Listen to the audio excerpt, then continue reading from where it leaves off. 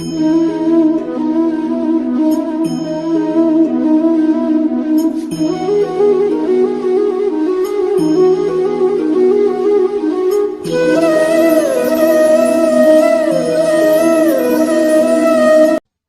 दोस्तों, आज हम लेने वाले हैं 120 वर्ड पर minute English legal dictation. Be ready for it. 10 second, 5 second, start. Paragraph.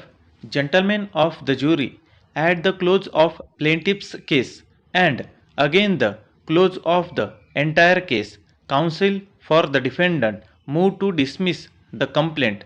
Both those motions, you will remember, were denied by me.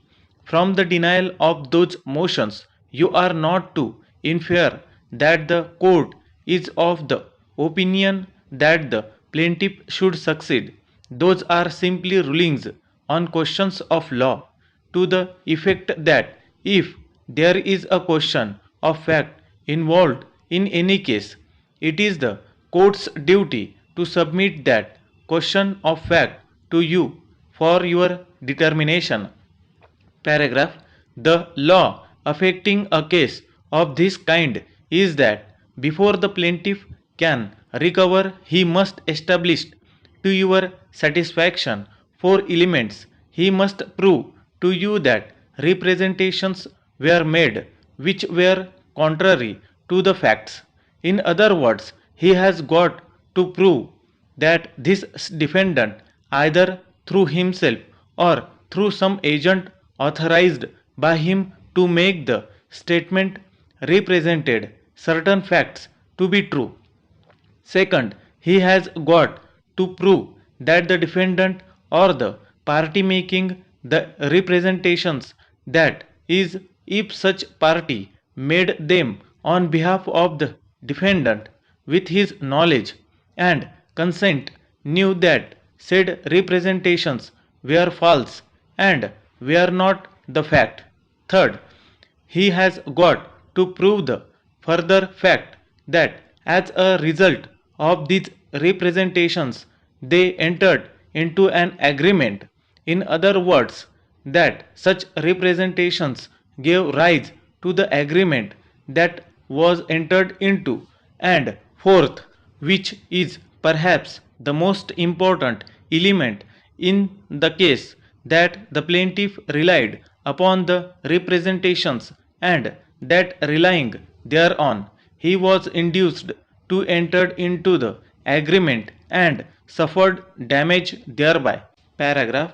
It is not for you, gentlemen, in this case to say whether this plaintiff made a good bargain with the defendant or a poor one when he entered into the agreement to purchase these premises.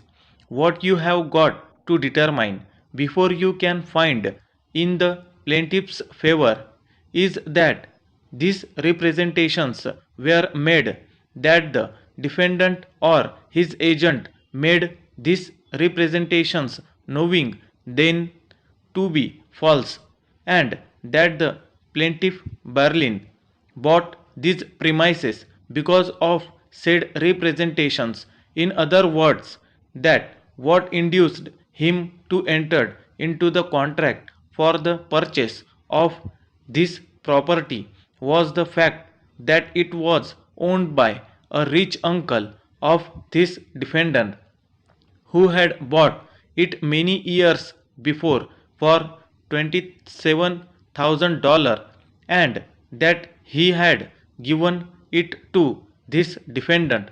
Paragraph. If you find all of those facts in favor of the plaintiff, then your verdict should be for the plaintiff. If you find any one of them lacking, your verdict should be for the defendant.